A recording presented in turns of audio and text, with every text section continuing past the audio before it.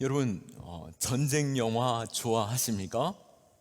우리의 삶은 마치 매일매일 치열한 전쟁 가운데 있는 것과 같은 삶을 살아가고 있습니다.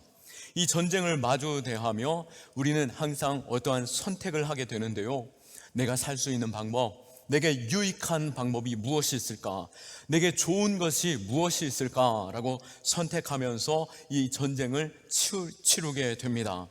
어떤 것에 더 가치가 있을까를 생각하면서 피 흘리기까지 그것을 쟁취하려는 삶을 살아가게 되는데요, 결과적으로 더 많은 것을 얻기 위한 전쟁입니다. 그런데 단순히 수학적 계산으로는 선택하기 어려운 그러한 희생을 요구하는 전쟁이 있기도 합니다. 오늘 이 전쟁의 영화 간단히 소개 좀 하려고 하는데요, 라이언 일병 구하기입니다. 좀 되긴 했지만 제가 재밌게 봤던 영화인데요, 이 전쟁은 이 영화는 사상 최대의 작전이라고 불릴 수 있는 미국의 노르망디 상륙작전의 그 배경을 가지고 있습니다. 존 밀러 대위가 육군 참모총장으로부터 임무를 받게 되는데요, 어떤 임무를 받게 되냐라고 하면은 한 적진에 실종된 한 사람이 있다라고 하는 것입니다. 그 라이언 일병이라는 한 사람의 잃어버린 사람이 있는데 그 일병을 찾고 돌아오라라고 하는 것이죠. 이 한 사람을 구하기 위해서 8명의 특수대원들이 조직되게 되었는데요, 그들은 존 밀러 대위를 중심으로 8명의 대원들과 함께 이 노르망디 작전에 침투되어서 아직도 치열한 전쟁 중에 있는 그 적진의 깊은 곳으로 들어가 한 사람을 구해오는 그러한 미션이었습니다. 한 사람을 구하기 위해서 어쩌면 8명의 목숨을 희생해도 된다라고까지도 생각되어질 만한 정말 논리적으로 받아들이기 어려운 상황이 그들에게 주어지게 된 것이죠. 볼륨을 조금만 낮춰주시면 감사하겠습니다. 이 임무에 투입된 그 부대원들이 이렇게 말을 하게 됩니다. 대위님, 내가 보기에는 이건 소중한 군사 자원을 심각하게 잘못 선택하고 잘못 배분하고 있는 것이 아닌가 생각해 보게 됩니다. 어찌 한 사람을 구하기 위해서 8명이라는 사람의 목숨을 걸어야 하는 것이 과연 타당한 일입니까? 라고 묻게 된 것이죠. 물론 이 일에 배경이 있습니다. 4명의 형제를 둔 어머니가 있었습니다. 그런데 이 4명의 형제가 이 전쟁에 나가게 됐는데요, 벌써 3명의 아들이 죽게 된 것이었습니다. 얼마나 안타까운 소식입니까? 그런데 마지막 막내인 이 아들 하나조차도 그 소식이 들려지지 않는데, 군대 상황에서는 이미 포위되어져 버린 그 상황 속에서 죽어있는지 살아있는지 알지 못하였지만 다행히 들려주는 소식으로는 숨어져 홀로 남아있다라고 하는 소식을 듣게 된 것입니다. 그래서 육군 참모총장은 이 미국의 이 국민들의 정서와 사기 진작을 위해서라도 반드시 그 한 명을 구해내야 한다.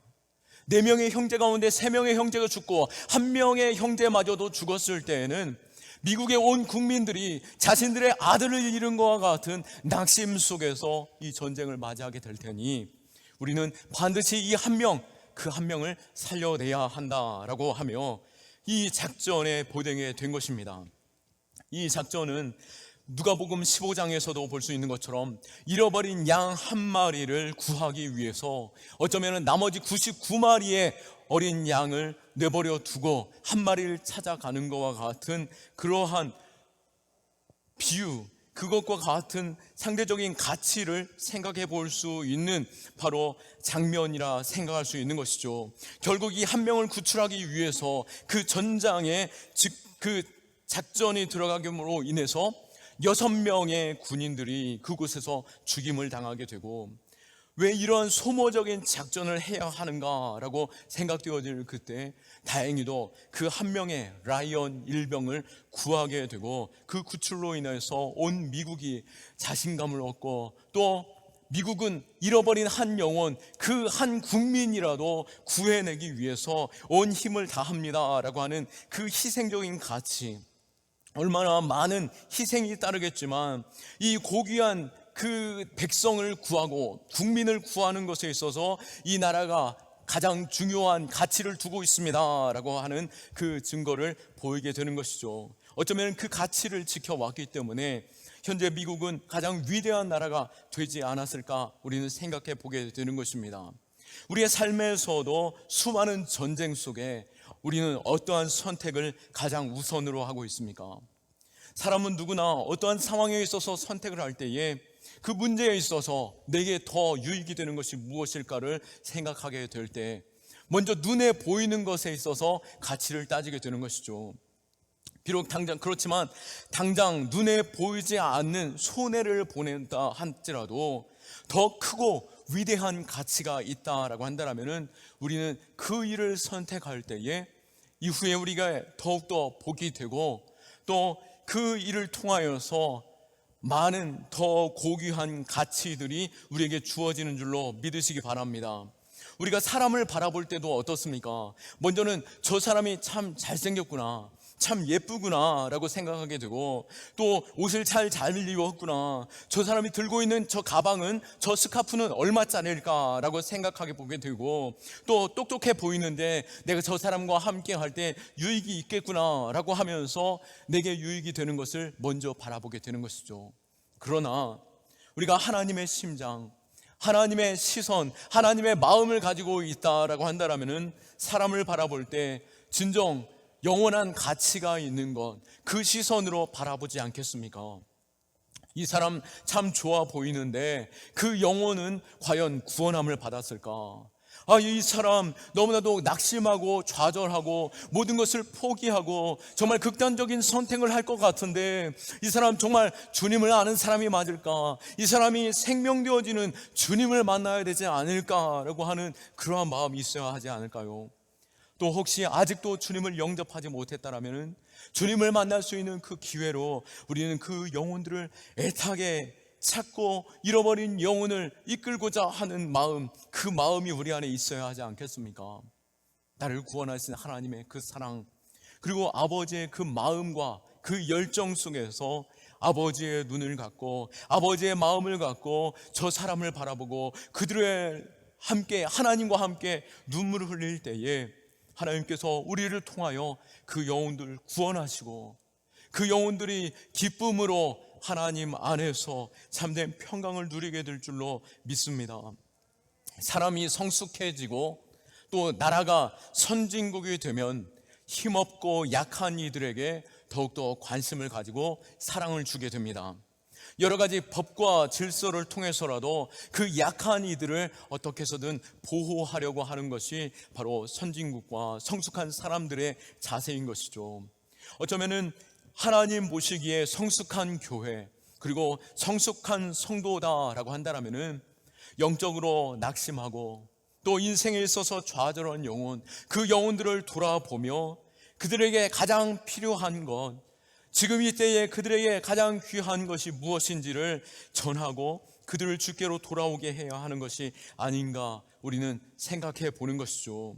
그런 면에서 우리 경암교회와 우리 경암교회 성도들이 하나님께서 찾으시는 성숙한 교회, 성숙한 성도됨으로 이 영적인 것에 관심을 가지고 복음을 증거하는 일에 힘쓰는 자 될 수 있기를 축원합니다. 어쩌면 지금 이때는 그 어느 때보다도 이 세상이 하나님의 사랑과 하나님의 도우심과 위로가 필요한 시대가 아닌가 생각해 보게 됩니다.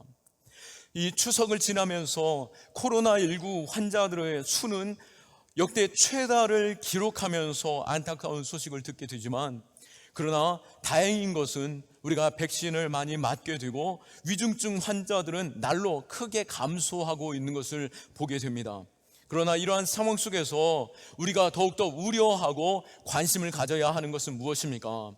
코로나19 상황이 장기화되면서 최근 들어서 더욱더 자영업자들이 그 수많은 사람들이 극단적인 선택을 하고 있다라고 하는 소식들을 접하게 되고, 또 젊은 20대 역시 어떻습니까? 많은 20대들이 우울증 환자가 되어서 5년 사이에 2배가 넘는 수가, 더 많은 수가 우울증의 환자로 기록되어지고 있다라고 하는 것입니다. 20대의 젊은 청년들의 그 우울증은 이미 5년 전부터 OECD 국가들 가운데 가장 많은 수가 이 대한민국에 있다라고 하는 것을 우리는 알 때에 현실이 얼마나 안타깝고 비통한 현실인지 우리는 알 수 있는 것입니다.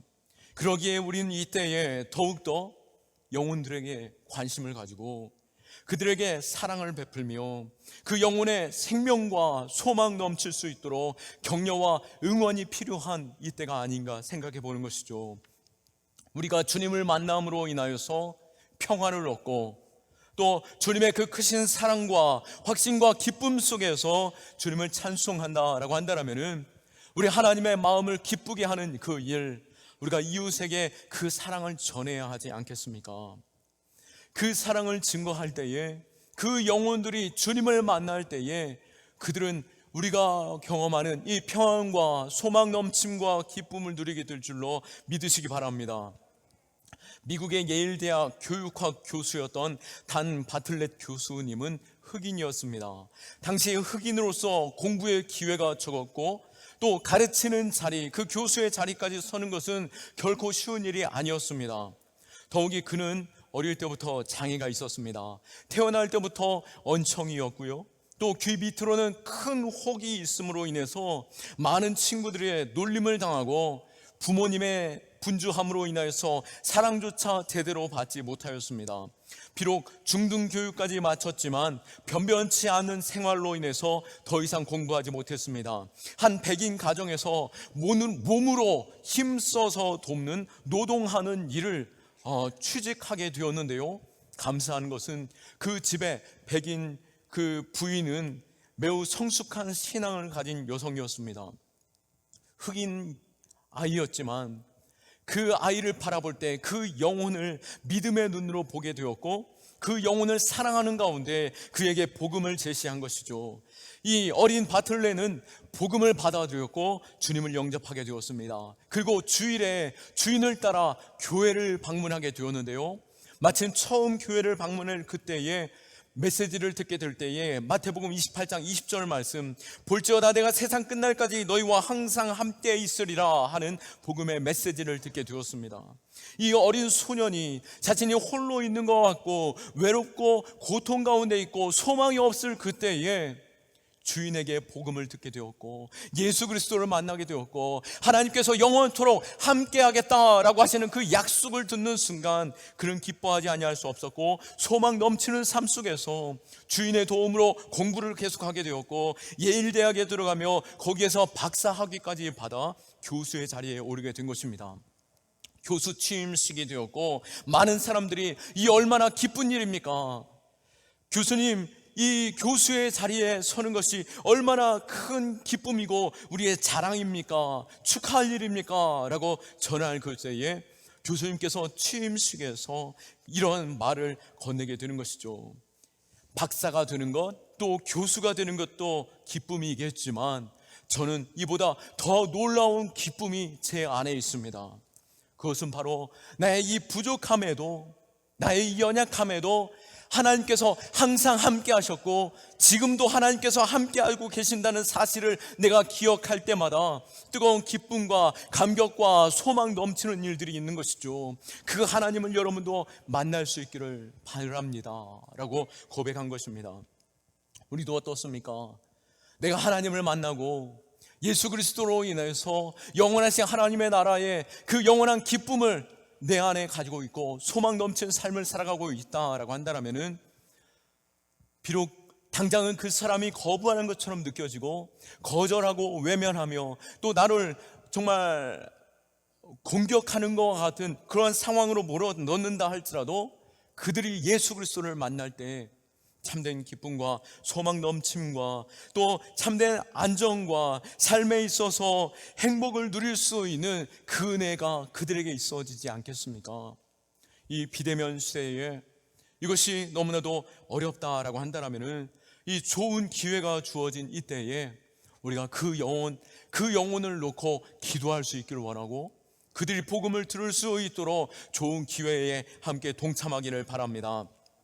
또한 우리는 이 일에 있어서 내가 내 생각으로, 내 의지로 될 수 없는 것이죠. 우리 안에 하나님의 심장, 하나님의 마음이 있어야 하는 것입니다. 하나님은 우리의 한 영혼 한 영혼을 가치 있게 여기고 소중하게 여기시며 하나님의 그 큰 사랑으로 자신의 전부를 내어주심과 같이, 자신의 생명을 내어주심과 같이 우리를 구원하신 분이십니다. 하나님은 태초에 천지 만물을 아름답고 보배롭게 만드신 후에 사람을 창조하셨죠. 자신의 형상을 따라 사람을 창조하신 후에 이 세상 모든 만물을 가장 가치 있고 보배롭고 존귀한 이 사람에게 선물로 주신 것입니다. 하나님의 대리인으로 청지기로서 온 땅을 다스리게 허락하신 것이죠. 그러나 아담은 어떻게 하였습니까? 하나님께 속한 자가 아니라 사단의 그 현혹에 휩쓸려 이 사단의 종노릇하는 자리에 서게 되므로 하나님을 멀리 떠나 범죄함으로 자신의 욕심대로 선택함으로 죄를 범하게 되었고, 그 죄로 인해서 영원 형벌에 들어갈 수밖에 없게 된 것이죠. 하나님을 떠난 그 아담, 결국 아담이 모든 사람의 대표됨으로 인하여 우리는 그 죄의 자녀되었고 우리는 하나님을 멀리 떠난 자들 된 것입니다. 하나님에게 있어서 잃어버린 영혼, 그 영혼이 바로 우리였던 것이죠. 하나님은 우리를 찾는 그 일에 있어서 어떻게 그 잃어버린 자를 향한 그 안타까운 마음, 그 안타까운 마음에 있어서 비유로서 아들을 잃어버린 아버지의 마음으로 비유로 우리에게 전해주셨는데요, 누가복음 15장 11절에서 32절에 보면은 탕자의 비유가 나옵니다. 사랑하는 아들, 그가 그 아버지를 떠나게 되는데요, 이 세상에 자기의 마음대로 살아가고자 내가 아버지 아래 거하는 것보다도 내 뜻, 내 욕심대로 살고자 아버지에게 요청하죠. 아버지께 내게 돌아올 그 상속분들을 요청하였고, 그 상속분을 가지고 이 세상 가운데 나아가 떵떵거리며 흥청망청 자기의 즐거움을 따라 살아가게 되었고, 결국 어떻게 됩니까? 모든 것들을 다 탕진하게 되었고, 겨우 돼지 치는 일에서 거기서 그치는 것이 아니라 돼지 먹는 그 음식조차도 제대로 얻어먹지 못하는 처량한 인생 되고 말았습니다. 얼마나 비천하고 안타까운 인생입니까? 그러나 그 마음 가운데 내 아버지는 이러한 죄인임에도 불구하고 내가 돌아갈 때 나를 위로해 주실 것이고, 하나의 종처럼 여기시더라도 내가 그곳에서 먹고 안식을 누리고 평안할 수 있지 않겠느냐라고 하며 아버지께로 돌아가게 되는 것이죠. 그 잃어버린 영혼이 아버지께로 돌아올 때에 그 아버지는 기쁨으로 달려나가 온몸으로 감싸 안고 자신의 모든 것을 내어주며 아들의 위치를 회복해 하시는 것을 볼 수 있는 것입니다. 그 은혜를 우리가 누렸고 그 기쁨의 잔치 속에서 우리가 평강을 누리게 되는 줄로 믿으시기 바랍니다. 이때 우리는 하나님의 잃어버린 양을 찾는 그 심정, 그 심장이 우리 안에도 있어야 하는 것이죠. 에레미야 선지자를 통해서도 이렇게 말씀하십니다. 에레미야 50장 6절 말씀에 내 백성은 잃어버린 양떼로다 라고 말하고 있습니다. 잃어버렸다라고 말하는 것은 그 영혼은 이제 저주 가운데 있다, 절망 가운데 있다, 죽음 가운데 있다라고 하는 그 안타까운 마음으로 그 영혼들을 찾고 계시는 것입니다. 긍휼의 마음으로 자신의 창자가 끊어지는 것과 같은 독생자 예수 그리스도를 내어주시기까지 그 잃어버린 영혼들이 돌아오기를 간절히 찾는 가운데 우리를 맞이하셨고 기쁨으로 우리에게 축복 주시는 것입니다. 우리는 예수 그리스도, 우리가 만난 그 예수 그리스도를 이 땅 가운데 증거해야 하는 것이고, 이 땅 가운데 유일한 소망이시며 유일한 길이시며 유일한 문이 되시는 예수 그리스도를 잃어버린 영혼 그 찾는 일에 증거하는 자 되어야 할 것입니다. 예수님께서도 이 땅에 오신 이유를 바로 이 잃어버린 영혼들을 찾기 위해서 왔다라고 말씀하시는데요, 누가복음 19장 10절 말씀에 인자가 온 것은 잃어버린 자를 찾아 구원하려 함이니라 라고 말씀하고 있습니다. 잃어버린 자를 찾기 위해 오셨다라고 하시는 건 바로 하나님의 자녀로 회복시키기 위해서 자신의 생명조차 아끼지 아니하고 전부를 내어 주시기까지 그 영혼이 돌아오기를 간절히 바란다라고 말씀하고 있습니다. 예수님께서는 이 땅에서 많은 사람들에게 존경받고 또 위대함 가운데 그 많은 사람들에게 인기를 몰아가며 살아가실 수 있었습니다. 마가복음 1장 38절을 볼 때에 많은 사람들이 예수님께서 우리와 함께하기를 원하고 또 우리에게 좋은 것 주시기를 원하고 우리의 왕으로 함께하기를 원합니다 라고 요청할 그때에 예수님께서 무엇이라고 말합니까? 우리가 다른 가까운 마을로 가자. 거기서도 전도하리니 내가 이를 위해서 왔노라 라고 말씀하십니다.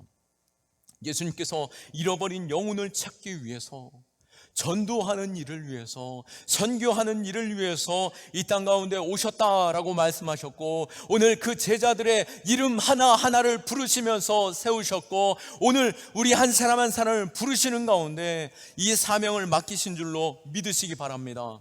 이 사명은 단순한 사명이 아닙니다. 단순히 맡기신 그 일에서 그치는 것이 아니라 명령으로 군사를 저 적진으로 보낸 것 같이 생명을 내어주기까지 그 적진으로 달려가서 그 영혼들을 찾아와라 라고 요청하고 있는 그 명령인 것입니다. 그 부르심과 그 아버지의 우리 심장을 안다라고 한다면 우리는 그 일에 내 희생도 아깝지 아니하고 동참하는 것, 그것이 우리 안에 있어야 하지 않겠습니까? 전도와 선교는 단순한 프로그램이 아닙니다. 그 전도와 선교 그 자체가 가치 있고 고귀한 것이죠. 그러나 여러 가지 방식들이 있습니다.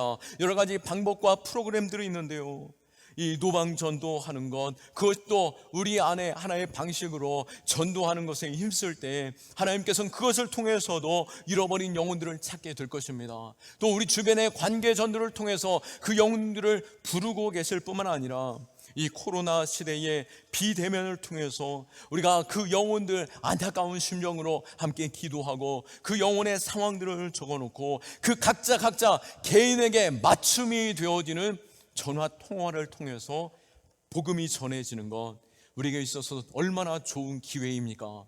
내 마음에 품고 있는 이 가까운 데 있지 않아도 상관없습니다. 멀리 있는데 전화만 된다라고 한다면 그 영혼들에게 좋은 선물도 주고 무엇보다도 예수 그리스도를 만나는 그 기회들을 허락할 수 있는 그 일에 함께 동참할 수 있기를 축원합니다. 또 우리는 이 예수 그리스도의 심장으로 살아가야 하는데요, 우리가 주께로 돌아올 때 그 아버지께서 기뻐 달려나와 온몸으로 감싸 안고 많은 사람들에게 이자가 내 사랑하는 아들이다 라고 자랑하신 것처럼 우리 역시 하나님의 자랑이며 기쁨이 되었던 것처럼 우리 역시 잃어버린 영혼들이 돌아올 때 우리 안에 그 기쁨이 있을 줄로 믿으시기 바랍니다.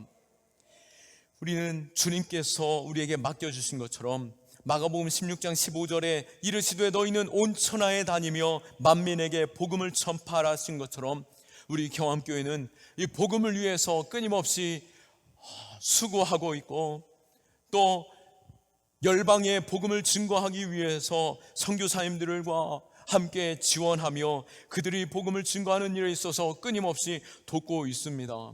그리고 그 영혼들이 돌아올 때 우리 안에 얼마나 큰 기쁨이 있겠습니까? 하나님께서 우리를 바라보시면서 기뻐하신 것처럼 저 천국에서 기쁨의 잔치가 있게 되는 것이죠. 기쁨으로 돌아온 그 영혼들을 향한 그 기쁨을 성경은 이렇게 말하고 있는데요, 누가복음 15장에 보시면은 끊임없이 잃어버린 영혼들이 돌아온 것에 대한 기쁨을 기록하고 있습니다. 5절에서 6절 말씀에 또 찾아낸 즉 즐거워 어깨에 메고 집에 와서 그 벗과 이웃을 불러 모으고 말하되 나와 함께 즐기자 나의 잃은 양을 찾아내오노라 하리라.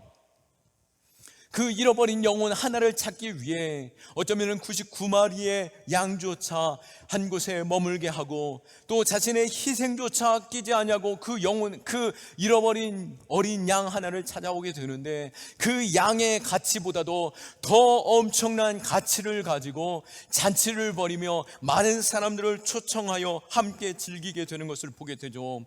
또 9절에서 10절에서도 또 찾아낸 즉 벗과 이웃을 불러 모으고 말하되 나와 함께 즐기자. 이른 드라크마를 찾아내오노라 하리라. 내가 너희에게 이르노니 이와 같이 죄인 한 사람이 회개하면 하나님의 사자들 앞에 기쁨이 되느니라. 아멘.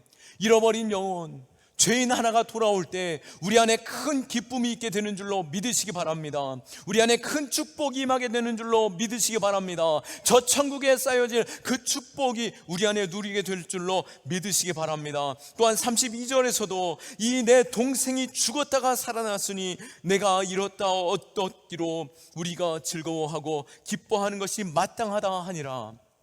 잃어버린 영혼, 잃어버린 동생, 죽었던 자가 살아나는 그 기쁨이 우리 안에 있게 된다라고 말씀하게 되는 것이죠. 죽었던 영혼, 그 잃어버린 영혼이 돌아오는 그 기쁨, 내가 이 땅에서 온전히 누리지 못한다 할지라도 그것이 우리에게 축복이 되고 우리가 이 세상의 그 무엇과도 비교할 수 없는 기쁨이 되는 줄로 믿고 이 말씀을 의지하여서 우리는 잃어버린 영혼을 찾는 것에 있어서 기쁨으로 동참할 수 있기를 축원합니다. 사랑하는 여러분, 하나님은 그리고 예수님은 낮고 비천한 곳까지 내려오셔서 우리를 위해 피 흘려 주셨고 자신의 전부를 내어 주셨습니다. 그 심장까지 꺼내 주셨던 것처럼 우리 역시도 주님의 심장을 안다라고 한다면 창자가 끊어지는 것과 같은 그 고통 가운데 잃어버린 영혼을 찾고 계시는 그 심정을 안다라고 한다면 우리도 그 일에 같이 동참하고 맡겨주신 그 사명을 감당해야 하지 않겠습니까? 오늘 하나님의 그 심정 가운데 우리에게 맡겨주신 그 사명을 볼 때에 5절과 6절 말씀을 우리가 함께 보도록 하겠습니다. 예수께서 이 12를 내보내시며 명하여 이르시되 이방인의 길로도 가지 말고 사마리아인의 고을에도 들어가지 말고 오히려 이스라엘 집에 잃어버린 양에게로 가라라고 말씀하고 있습니다. 이 말씀은 곧 무슨 말씀입니까? 지금 네 옆에 있는 그 사람, 너의 자녀들, 너의 남편, 너의 아내, 너의 부모, 그들에게 먼저 가고 그들을 먼저 주께로 돌아오게 하는 것, 이제 주님 오실 날이 멀지 않은 이때에 우리가 저 천국에서 누릴 수 있는 그 기쁨 어서 속히 누릴 수 있어야 하지 않겠느냐라고 말씀하고 있는 것이죠. 많이도 아닙니다. 오늘 우리는 3명의 그 이름 써야 할 그 공간을 받게 되었습니다. 그 빈자리, 어떤 이름이 새겨져야 할까요? 바로 생명책에 쓰여질 그 이름이 바로 이 이름 되기를 간절히 바라는 마음으로 이 한 주간 기도하면서 그 영혼들 기록할 수 있기를 원하고, 바라기는 더 많은 영혼이라도 좋습니다. 우리가 이 일에 함께 동참하며 그 영혼들 주께로 돌아올 수 있는 이 기회가 될 수 있도록, 낙심하고 좌절한 영혼이 소망 넘치고 기쁨 넘치는 영혼 될 수 있도록 이 일에 함께 동참하며 그 기쁨을 누리는 우리 경암의 교회, 우리 성숙한 성도 될 수 있기를 예수 그리스도의 이름으로 축원합니다. 아멘. 우리 하나님께 영광의 박수 올려드리겠습니다.